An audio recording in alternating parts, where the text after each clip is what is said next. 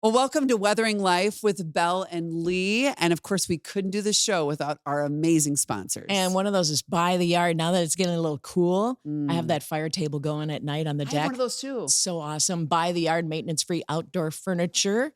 Life is better outdoors with By the Yard. It is. And Continental Diamond, the jewelry store, Minnesota Adores, one of my favorite places. I was there this week getting my son's watch fixed. There you go. Perfect. And of course, now's the time to check that heater, your furnace, see if it's ready for what's around the corner. Aquarius Home Services will help you out with that.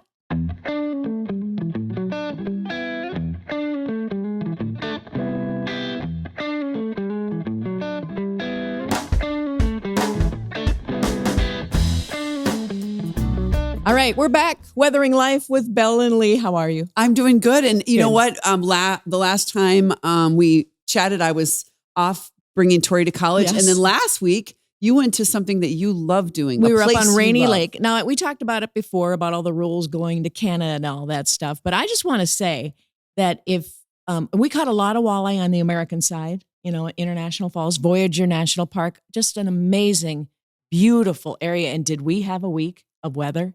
And that's unusual. Oh, it was beautiful. To be nice almost every single day except for the day you left. And folks need to understand how big that lake is. And if the weather goes bad, you absolutely cannot be out there. I've been out there with waves and it's an ocean. It's an ocean, exactly. And you don't want to be in an 18-foot fishing boat with that weather. But we had it beautiful and it was so great. There's this place called Saginaw Bay that we crossed to go to Kettle Rivers Hotel, which your dad has been at. You have to do that sometime, because you can only get there by plane or by boat. But crossing that bay, that's an iffy thing. If it's windy, whoo. And we had a beautiful, we went to Tell me Kettle about the Falls. fish. I saw the one picture. Yeah, we went to Canada. Well, we fished a lot on the American side and had enough for a few fish fries. It was awesome. But our friend Chris Zahn from Rainy Days Guide Service up in International Falls, let me tell you, he took the four of us up about 25 miles into Canada from Fort Francis. And the first stop we got to, we couldn't stop catching walleye on plastics. I must have caught 50 fish that day, maybe more. And Seriously? Everybody else the same. Yeah, we caught over 200 fish, we're thinking. So he knew where to go. Oh, he knows where to go. If you want to catch walleye, Chris Zahn is his name, Rainy Days Guide Service. But it was so much fun. And this picture I have to show you is I had a whopper on the line. I knew it was a big one. And we finally got it in the boat in the net. And it was a 28-inch walleye. And at the same time, my brother-in-law, Jeff, who, God bless him, he's doing well. He's been battling cancer this summer, but everything's looking really good. He goes, I think I'm going to need a little help over here as I'm dealing with me. We caught these two fish at the exact same time. Mine was 28 inches. His was 29 inches. Really? One of them could have been 30, but no. That's a lot of fish. It's a lot of fish. And we just took the picture and let them swim back in the ocean, in the Rainy Lake. Is that what you had to do? You only can keep one fish.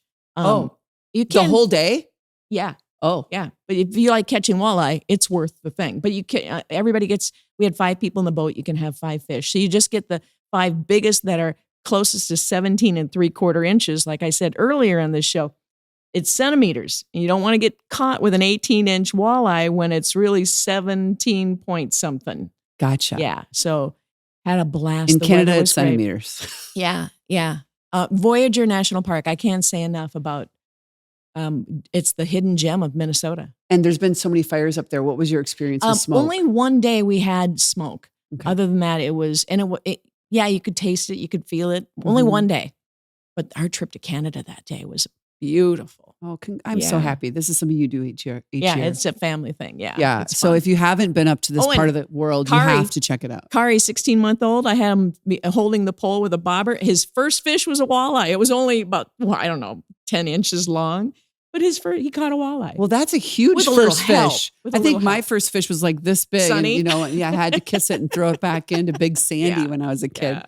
Oh my gosh. Well, I'm glad to hear that. Well, you know what? I think this gentleman that we're about to have does fish. We know he hunts, we know he gardens, and we know he knows a little bit about broadcast and baseball. An undrafted player who fought his way to the major leagues, a very gritty player, and a World Series champion joins us next.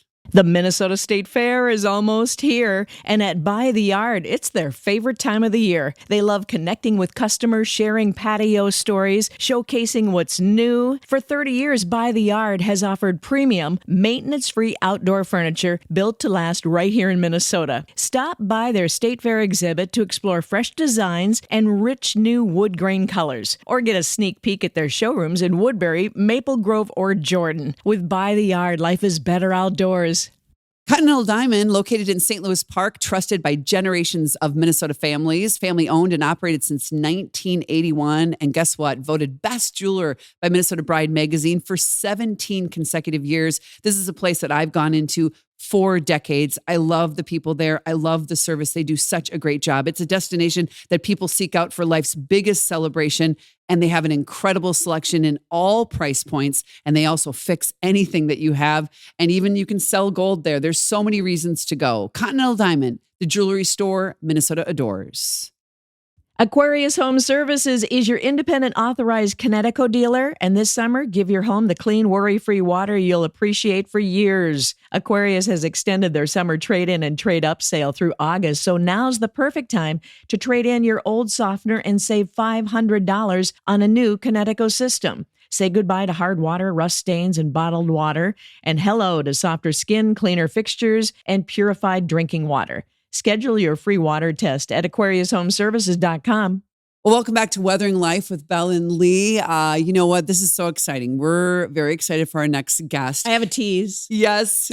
He went from an undrafted player to an 11-year major league career, becoming an important member of 2 Minnesota Twins World Series champions, the only 2 World Series champion games. He played in Japan and then built a career in broadcasting since 2000. Twins Hall of Famer in 2022.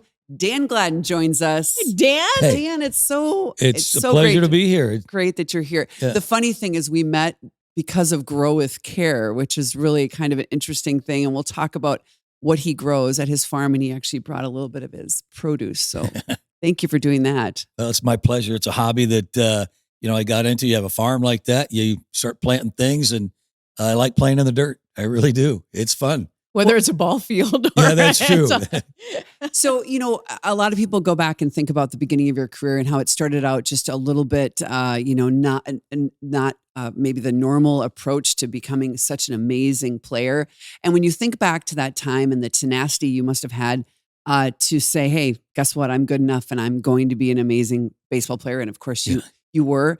What was that like when you were young? Well, I'll give you a little background, and that is that after high school, I played my freshman year and my senior year of baseball in high school. My sophomore, junior year, kind of got a little sideways, and, kids get in a little trouble and stuff. And that was me. But then after my senior year, I went up to Washington to Wenatchee and picked apples for the summer.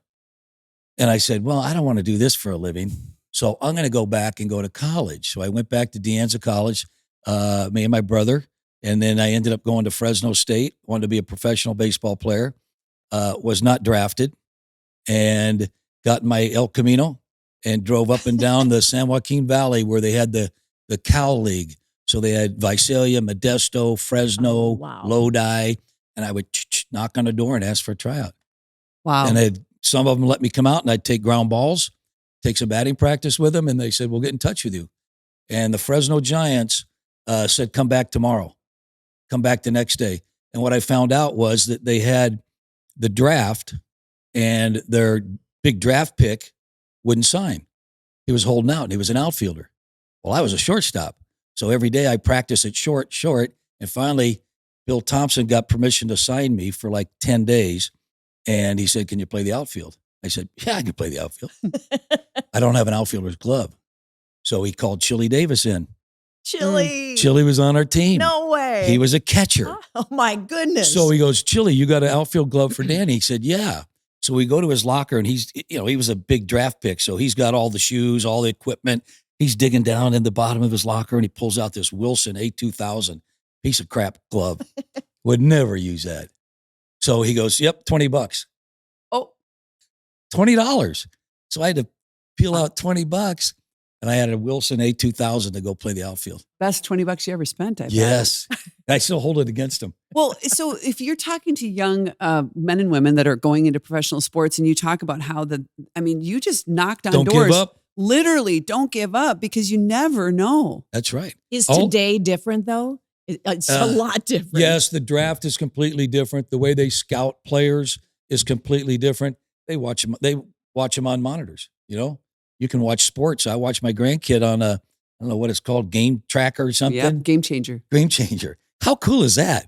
And I'll be at the ball game sometime trying to broadcast, watching my grandkid strike out. You're like, come on. Yeah.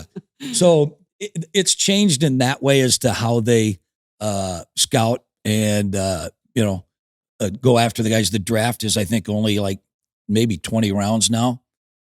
So they don't draft as many people. They eliminated that half season league. So they eliminated, probably a good, 35, 40 kids from each organization that don't get an opportunity. But don't give up. But you got to have grit. You were gritty. Yeah. You got to have grit. I mean, there's just no way you can do it otherwise. Yeah, but that's the player. That's the Keyshaw, Yeah. Luke Keeshaw's the grinder.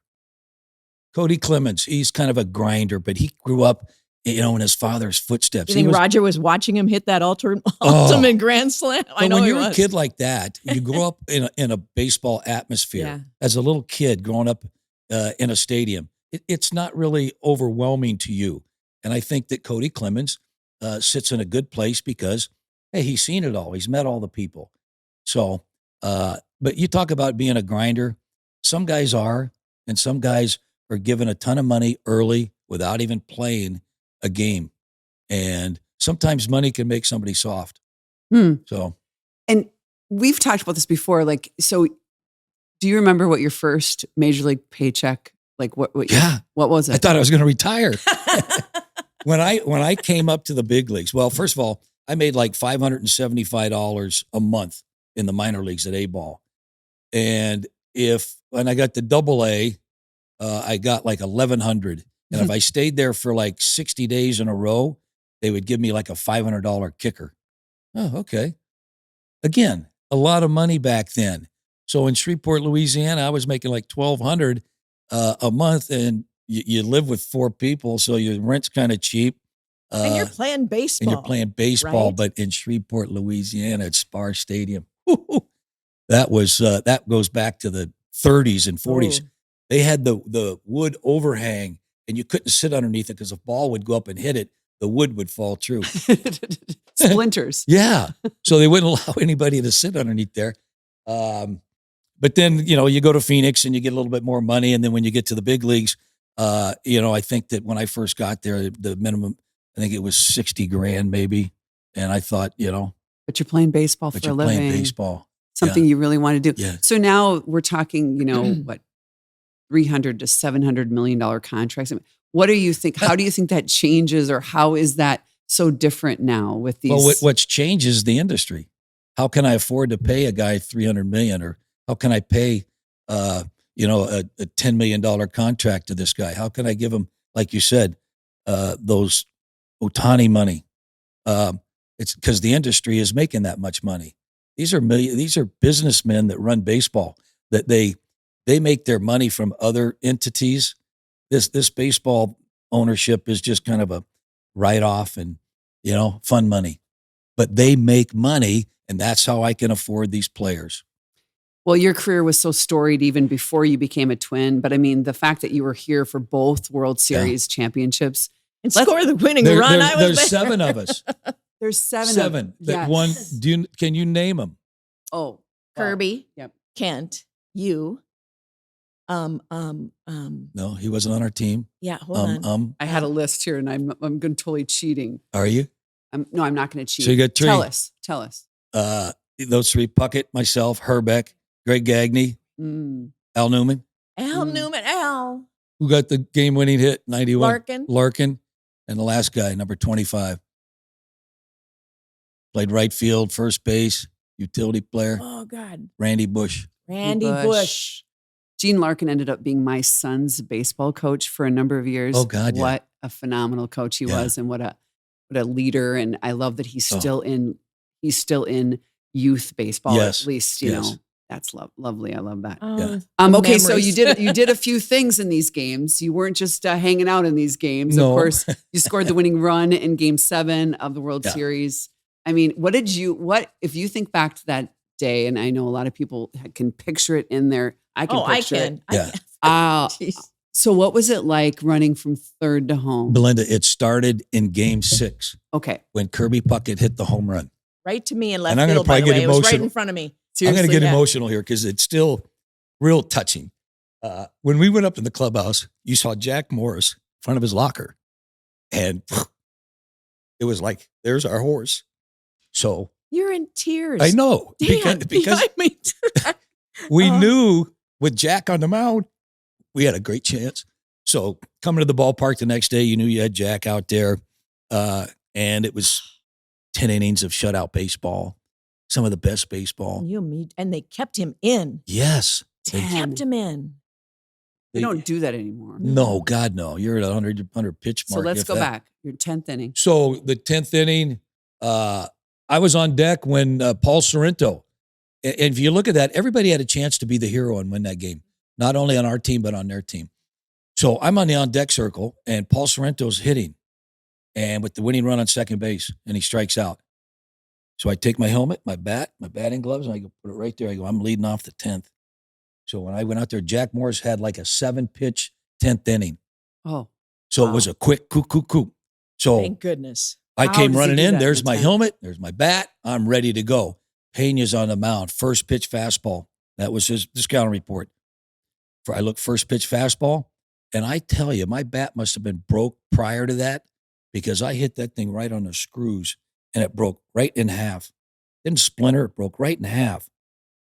And the barrel went out to the shortstop. The ball landed into left center field. And I think it was Hunter that came and tried to catch it on the bounce and missed it. And I just went around. I thought double. Like, I don't know if you saw the game yesterday with Josh Bell, sniffed a double out of the batter's box. Well, I was thinking double all the way because I played in that park for 5 years, knew where it was going to land, how it was going to land, ended up getting to second base. And then, of course, Knobloch bunted me to third. And then they walked Puckett and Herbeck. And here's my other question. Who did Gene Larkin hit for? Oh, man. Who did Gene Larkin pinch hit for? Okay. Gladden led off. Knobloch, Puckett, Herbeck. The number 5 hitter was the DH. Chili? Larkin didn't hit for Chile. Chile got pinch ran for in the 8th inning by Jarvis Brown. Jarvis You remember it? Brown? Come on. I don't remember. No, he was on the roster because he could run. Jarvis Brown. So Jarvis was in the on-deck circle, and I'm there with Guardian. I go, he's not going to let Jarvis Brown hit, is he? I said, nope. And all of a sudden, here comes Gene Larkin. First pitch. Bye. Game over. So we go to celebrate over at Chili's and Scott Erickson's house. They were renting it from Roy Smalley's house. So they tore it up. And so we're 3 o'clock in the morning, 4 o'clock in the morning. And all of a sudden I go, one of the clubhouse kids, Clayton Wilson, goes, hey, did you get your bat? I said, where's my bat? He goes, I put it in the garbage can in the dugout. Oh, no. So at 4 a.m, You're driving over there to we get drove your broken to the bat? Metrodome. You did? Swear to God. And went down to the Metrodome. There it was, 2 pieces. I still have it. You should One of have it. my beers was named the Broken Bat. Oh, Yes. that's And I had a cool. picture of the bat broken. So Oh, my That's hilarious goodness. that you drove there at 4 a.m. it was, yeah, we shouldn't have been, but we did.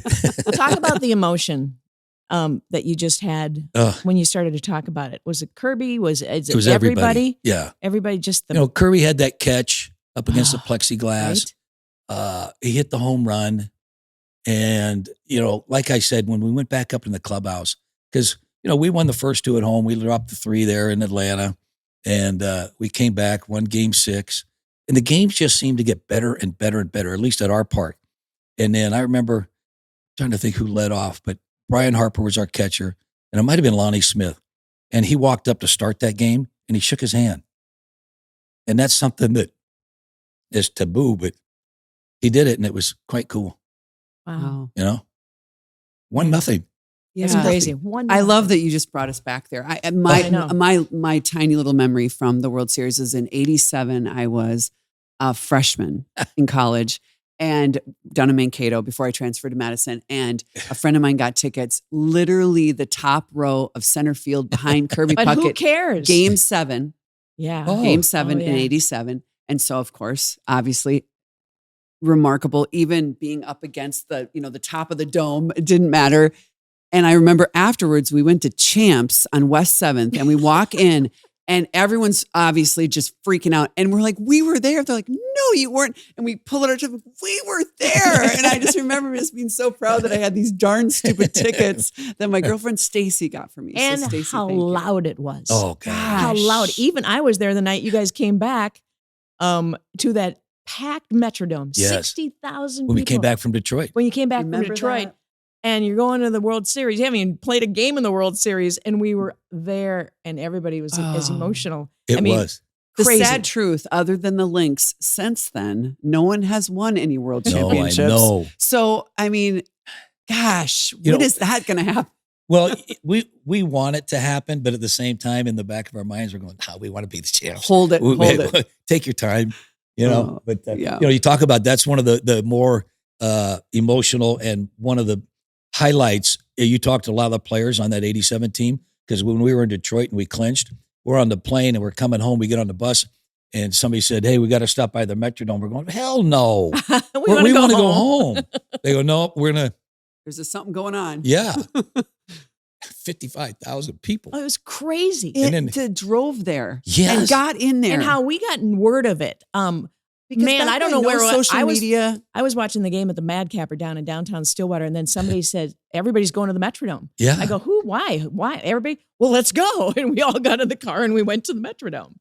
Yeah, you're right, because it had to be like radio back then, Yes. because there was no Yeah. social They media, said like everybody, no Twitter. Or everybody anything. get to the X or- Metrodome, and the word started spreading around the Twin You look at Cities. the highlights of that, and we're wearing me and Al Newman. Al Newman's got his gloves on, and I might have gloves on. And we had these big fishing glasses that Tom Bernansky was trying to sell, and we're wearing those. And they introduced all the players, and when we got done, it was like we can't lose now in front of all these people. But I don't remember Joe Necro got caught with the emery board and the sandpaper. Yeah. So when he was introduced, he threw a bunch of sandpaper up in the air. Oh, that's on the mound. hilarious. And then everybody, Gary Gutty you got the MVP, so he was introduced. Oh. Juan Berenguer, remember Juan with his Panama hat and Yes. trench coat, kind of a weird look, and he always had that briefcase. Nobody ever knew what was in it. There's some great videos, music videos on YouTube. Go back and watch some of those of the welcome. Go watch welcome the home. Berenguer boogie tape. Yeah, that he did. yeah, exactly. Remember right. that? Oh my Oh, god. I went to it. It was at Prince's place, and it was Les Straker, Tony Oliva, Al Newman, me, and Juan Berenguer. And there was a football player, can't think of his name right now. He had a contract. He put it in front of us, and these guys just start signing, and I read it. I ain't signing that. We don't get no money. We don't get no money till you get the money. So he said, yeah. He goes, we get all, we're paying for it. So once you reach so many sales, then you guys can get some money. And I go, Berenguer, you ain't getting no money. So they signed it, and I stood there. They had the Viking cheerleaders as dancers or something, but they went in the studio, and I just stood back there and watched them perform that Do the boogie. Berenguer boogie, man. A little peach. No, You're like, I'm not doing I'm that. not doing that. There's no money. So you have been a broadcaster since 2000, so 26 years. You're Yeah. going to be inducted into the Hall of Fame. We Minnesota are gonna be Broadcast inducted. Hall of Fame. Same Huh? night. Hey, and seeing you brought that up, I'm thinking Halsey Hall, Herb Carneal Yeah. when I was a kid, John Gordon, of course, Frank Quillisi for a while. Yep.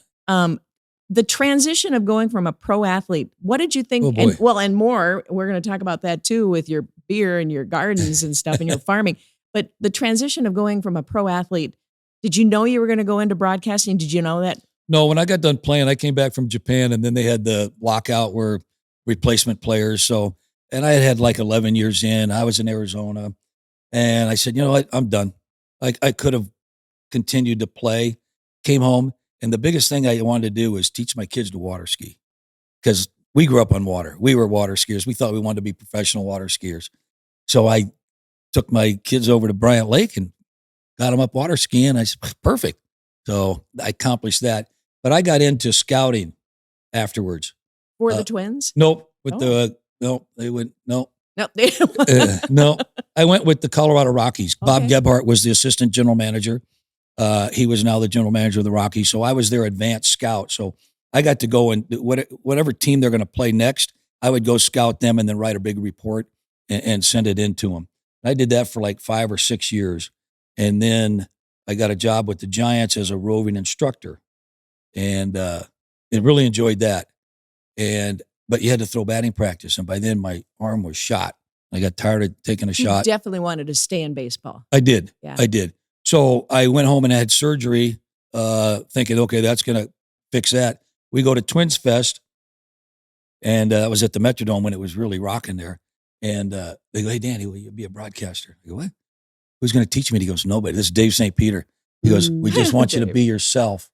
Huh? Are you sure? 100%. Yeah. He goes, really? He goes, yeah. So at Twins Fest, John Gordon introduced me as the next Twins broadcaster. Here's the next Twins broadcaster, the Dazzle Man, Dan Gladden. I looked at him, I go, what? Where did that come from? Oh, every broadcaster has to have a nickname. Okay. And his real name is Gutowski, so he changed it to Gordon. But so my first interview was with Paul Molitor. I asked him one question. He talked for 25 minutes. I go, piece of cake. This is pretty simple. This is easy. So I did that. I got to sit with Herb, got to sit with John in that Metrodome, real tiny. And John Gordon was always big on out-of-town scores. And we're in the first inning. And Herb would do the first 2, maybe 3 innings. And he had his script, what he wanted to do.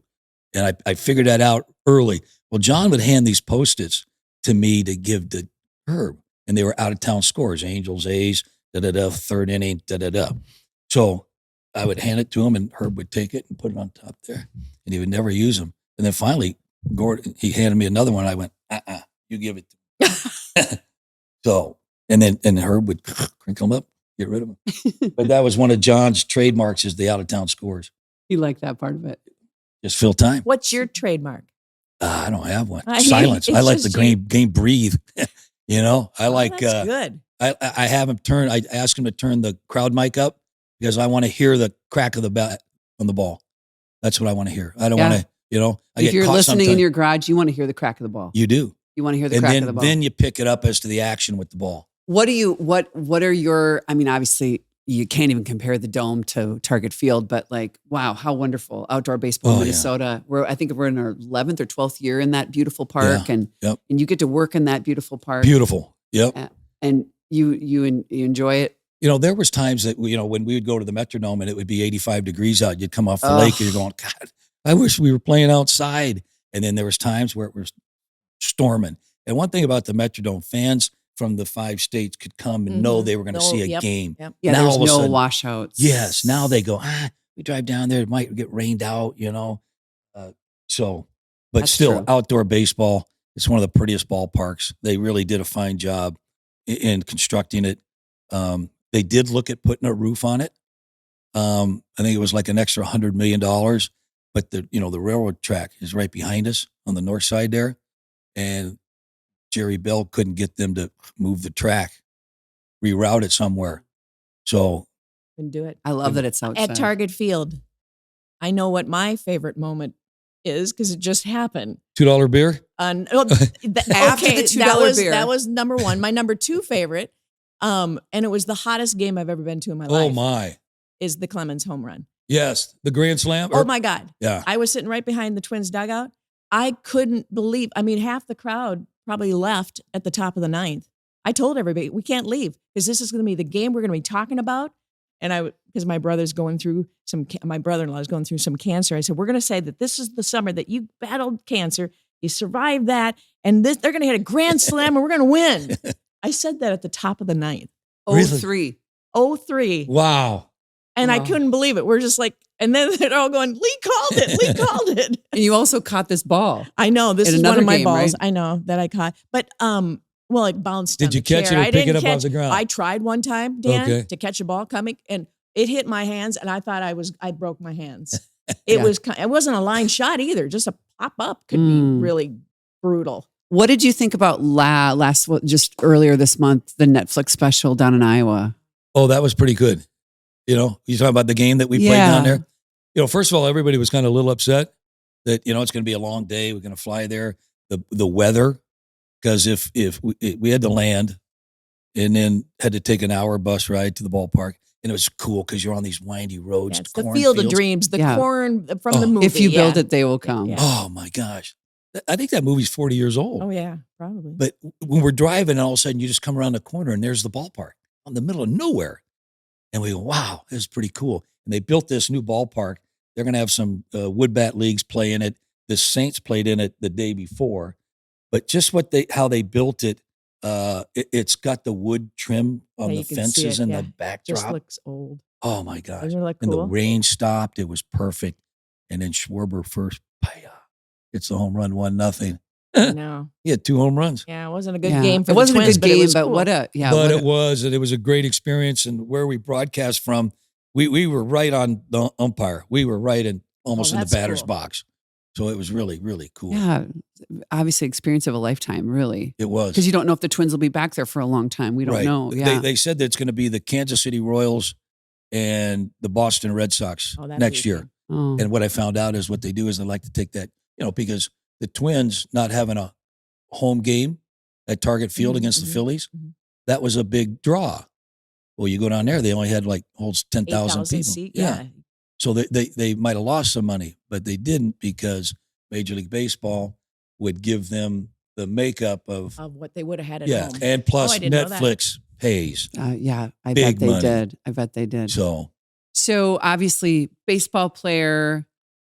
And did you feel at home on the farm down there? Commentator and now a farmer. And also you hunt. And so you live out in the Oh my goodness. Now I know you might be listening to the podcast, but if you're watching on YouTube, that is amazing. Phenomenal basket of obviously.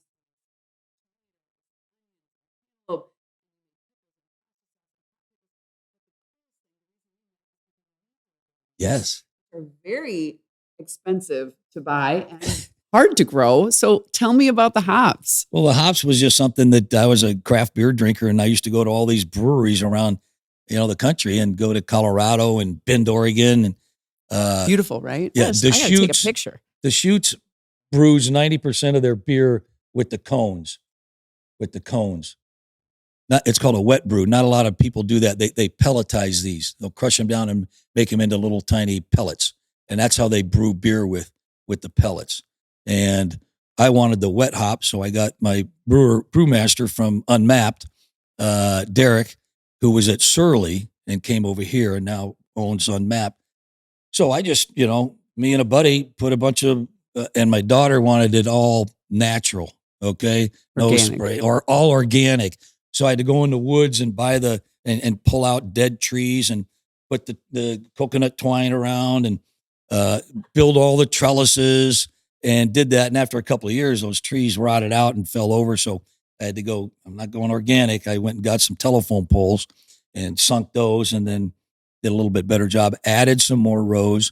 But it's a lot of work. They're beautiful. They grow vertically. Oh, yeah. And that's just one thing you grow on your farm. So tell me what you like about that whole part of your life. I mean, that whole thing other than. Well, I just like being outside and in the dirt, especially, the weather, the way it's been the last couple of days, just been spectacular.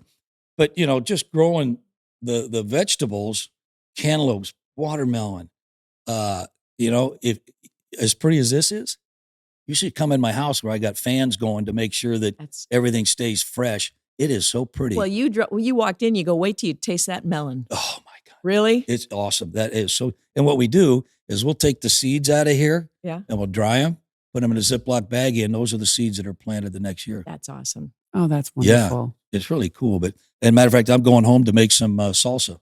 So if we use the seeds from that, we can say we have Dan Gladden's melon. We can do it year after year after year. I own rights to that. Yeah, you should, Dan. Okay, I'll have to pay for that. You got to sign a waiver. Well, we ask everyone that comes on the show, and again, thank you so much for coming. I mean, we could chat for hours, and I love the fact that you brought us back to those wonderful memories that a lot of our listeners and viewers will remember. But what is your forecast? We always talk about that because it's weathering life. What are is you your looking forward forecast? to? I mean, you have so many different habits, or not habits, so many different hobbies that are habits, probably. I might have some habits. but- habits and hobbies. Yeah. So what is your forecast? Oh boy. You know, I just try to go day by day, you know? And that was Kirby Puckett's saying, live today like it's your last. You're not promised tomorrow. And you know how many times we lose people like that, you know? So I Kirby try should not be to here. plan too far ahead. I don't know. I just, if you're talking about radio, I think I'm on a year-to-year deal with the players' possible lockout next year. Not sure where that's going to go. I was going to ask you, now going into the Minnesota Broadcasters Hall of Fame, is that the kick out the door? No. You, Look at us. She's, We're she's doing a in it. podcast. She's in it, and she does radio. I'm and still on the air on she's Cool Are you? 108. Yes. Yeah. She nominated me. oh, she did? Yeah. Oh, We're okay. lifelong friends, 30 years. So Really? Okay. yeah, So absolutely. in the back No. of my mind, I'm thinking, okay, hey, there's my, No. you know, Farewell. yeah. Look at her Thanks. and Halsey Hall. Oh my God. Years and No. years. Yeah, but You don't want to do it? Yes, you do. no, I don't. I was there when Herb was, I had to take Herb. I know. I had to take care of Herb. I am not, Yeah. and I told you want Gordon, to leave before you have to leave, is what you're saying. yeah, I'd like to, because, you know, my brother took a yardstick out and he said, where are you? Average age for a man is 75 years old. Okay. Mm-hmm. Why are you frowning like that? I think it's a little, The a yardstick. little Okay. older. Okay. Let's say a little older than that. Okay. Okay. Let's say 80. Okay, let's say Okay. 80. Yeah. So he takes a yardstick out and he goes, okay, 80. Where are you at? Well, I'm in my 60s, late 60s. Okay. So of that yardstick, how much is left? And how many good years are you going to have there? You know, you see Yeah. some of these guys walking around today. They got, you know, new hips, new shoulders, new knees. I don't want to do that. I just want to. Well, gardening makes you healthy. Yes, I mean, it they say that. does. Is your but- birthday July 8th? 7th. Oh, the day before my brother-in-law's birthday. Yeah. And he talks about it all the time. Dan was born right around his birthday. John Gordon, July 7th. Oh, really? Corey Provis, July 7th. No way. Seriously? Can't make it up. That's Can't good. make it up. That's like divine intervention there. Exactly. I think. So So if you needed a new knee, you wouldn't want one? I don't need one. Take care of me. You know what? You're Good boy. taking I care take of care of yourself. myself. I try to. I Yeah, try to. You're lucky. Oh, Yeah. well, you are. And Well, I thank my mother and father. Good gene pool. Your emotions, I never is just standing out to me. Just talking about baseball and farming and Yeah. the future. I think Yeah. you're a tribute to making sure that whatever that passion is, you're actually doing it. You're not just thinking about it. I think Right. that would be the message I'm getting from you. Yeah. So whatever that passion is, and don't give up because you never know what could happen. I That's mean, right. don't think, oh, if 4 people say you can't, maybe the 5th will say, come on over. Come on, try it. Yeah. All you want is an opportunity. It's what you do with that opportunity. You be ready for that opportunity. Mm. So. Knock on the door. Yeah. Dan Gladden. All right. Are we going to the playoffs? I am. We are going. Okay. I think, though, that we need to win the division and don't worry about this wild card crap. Okay? Win the division. Win the division. I think we're 3 or 4 back of Chicago. We still have 6 games left with the White Sox. Okay? They're a good team, but we're a good team. And our team's starting to gel right now. The guys' roles on their team are now defined, especially in our bullpen now. That was the big weak link first half of the season. We added some guys. Now, all of a sudden, they know their role. So when that phone rings, I'm already prepared, knowing this is my inning right here. So you got the Gomez at the close. Keishel, got to get Buxton healthy. Royce Lewis at first and base. Josh Bell has really come on. Yeah, he has. He's good. Yeah. And then I love it. Culpepper. Oh, I know. Yes. Been waiting for him. And all of a Yeah. sudden, you got a young player. Yeah. And our Huxley at coach, our third. manager, he's great. He's awesome. He's good. This is the best team for Yeah. him. It really is. So he learned a lot in Pittsburgh. Okay. So. Right. I got to check my mascara because you're getting me all Oh, stop teary it. eyed. From your Next mouth. time we'll to have God's Kleenex, okay? Yeah, right. Dan Glenn, thanks for coming on. My pleasure. Thank we you. appreciate it. Weathering Life with Bel Lee.